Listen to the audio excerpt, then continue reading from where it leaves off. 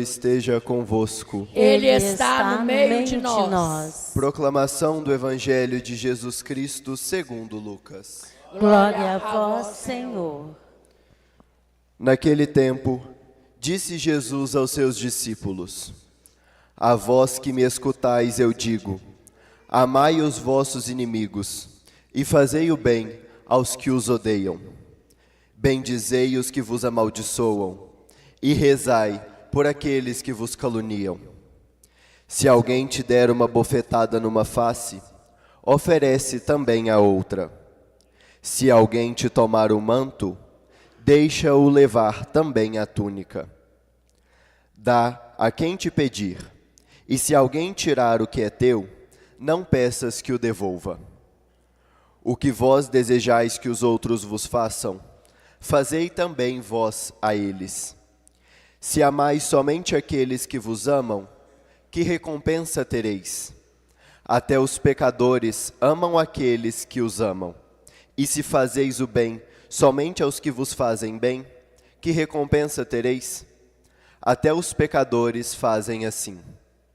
E se emprestais somente àqueles de quem esperais receber, que recompensa tereis? Até os pecadores emprestam aos pecadores para receber de volta a mesma quantia. Ao contrário, amai os vossos inimigos, fazei o bem e emprestai sem esperar coisa alguma em troca. Então, a vossa recompensa será grande, e sereis filhos do Altíssimo, porque Deus é bondoso também para com os ingratos e os maus. Sede misericordioso, como também o vosso Pai é misericordioso. Não julgueis e não sereis julgados. Não condeneis e não serão condenados. Perdoai e sereis perdoados. Dai e vos será dado. Uma boa medida, calcada, sacudida, transbordante, será colocada no vosso colo. Porque com a mesma medida com que medirdes os outros, vós também sereis medidos. Palavra da salvação. Glória a vós, Senhor.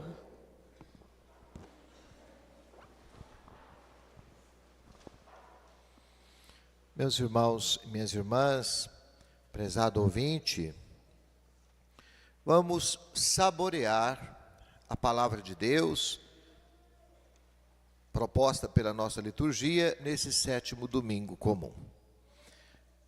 Eu começo o Evangelho com alguns questionamentos, porque o Evangelho é um desafio. Jesus diz: amai os vossos inimigos. E eu pensei, eu estou lascado. Eu não estou dando conta de amar nem os amigos. E acho que isso não vale só para mim, não. Isso vale para todos nós. Nós não estamos dando conta de amar como se deve, nem os amigos, nem os familiares. O senhor não acha que o senhor pegou pesado, não, Jesus? Certo? Amai os vossos inimigos. Será que Jesus propôs para nós algo irrealizável? Uma fantasia? Eu penso que se uma prova vale 10, o aluno às vezes não dá conta de tirar 10, a nota total. Mas quanto mais perto de 10 ele ficar, melhor, não é? Quanto mais perto ele ficar, melhor. Talvez nesse ponto que a gente nunca vai dar conta de tirar 10. Mas também a gente tem que se esforçar para não tirar 0. A gente tem que esforçar para melhorar a nota, mesmo sabendo que a gente nunca vai dar conta de cumprir exatamente isso como nosso Senhor pediu. E nós poderíamos dizer, ele disse isso porque ele é Deus. Não, Jesus também é humano. E como humano, sentiu todos os golpes baixos, todas as traições, todas as incompreensões, e mesmo assim foi capaz de amar até o fim. Lá no alto da cruz, ele perdoa até aos seus assassinos. É muito para nós. Mas não poderia ser diferente se tratando de Deus. Deus sempre quer de nós uma perfeição, ainda sabendo que nós somos limitados e jamais alcançaremos essa perfeição. Devemos nos esforçar para isso. Sozinhos, talvez, a gente não consiga melhorar essa nota, mas com a graça de Deus nós podemos, porque a graça de Deus vem em socorro da nossa fraqueza e nos ajuda no caminho da santidade. Então, que Deus nos dê sempre a graça de melhorar a nossa capacidade de amar. A primeira leitura mostra um exemplo interessante de amor. Trata da história da relação complicada entre Saul, o primeiro rei de Israel, e Davi. Saul ficou velho e Davi começou a roubar a cena. As pessoas começaram a gostar de Davi, Davi cresceu na popularidade.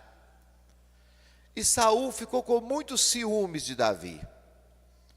Gente, o ser humano é tudo igual, só muda de endereço. Em todas as épocas é a mesma problemática. É ciúme, é vaidade, é competição, é a mesma coisa. E então, revoltado, com medo de perder o poder, perder a posição, Saul desencadeia uma grande perseguição a Davi. E a leitura diz que ele coloca um exército de 3.000 homens atrás de Davi no deserto. A relação é muito desigual. De um lado é um jovem, do outro lado todo um aparato estatal perseguindo esse jovem. 3.000 homens, um exagero. Mas Davi estava com Deus. E de noite, quando Saul estava dormindo no acampamento com os seus soldados, o Davi conseguiu entrar no acampamento de Saul e viu que ele estava roncando, com uma espada dele próxima à sua cabeça. Estava facinho? Não estava? Facílimo. Era só pegar a espada e cortar a cabeça do Saul. Se você fosse Davi, o que você faria?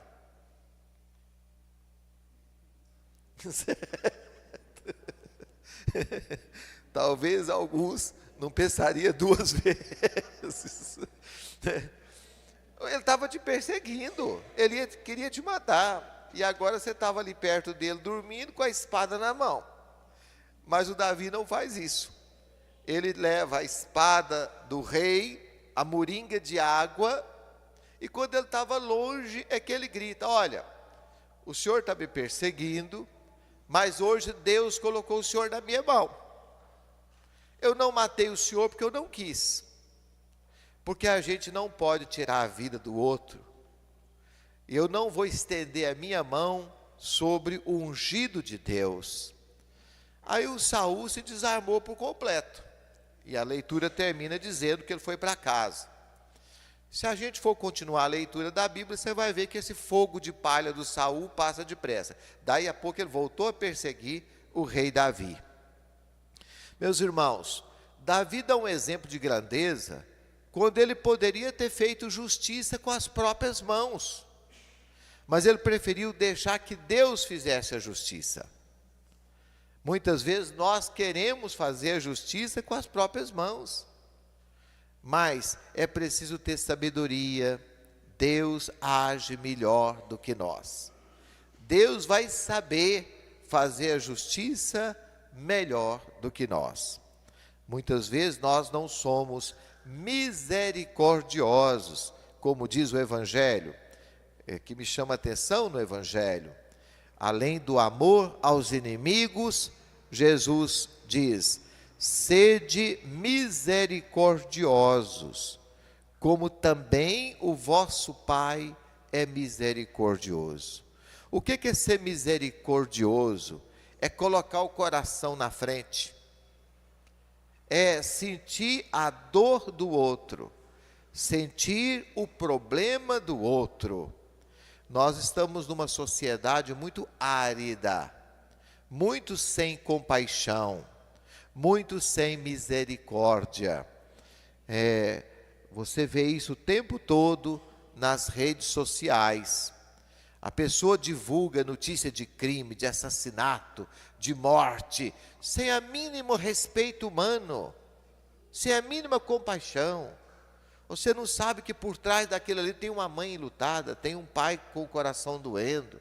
A nossa sociedade está muito sem misericórdia, está muito ressecada nas relações, em coração endurecido. Precisamos pedir a Deus que nos dê um coração misericordioso. E o ideal seria até que a gente não tivesse inimigo nenhum. Mas se porventura tiver, que a gente não queira o mal dele, que Deus tome conta dele, não a gente, com o nosso desejo de vingança, de descontar e de fazer justiça com as próprias mãos.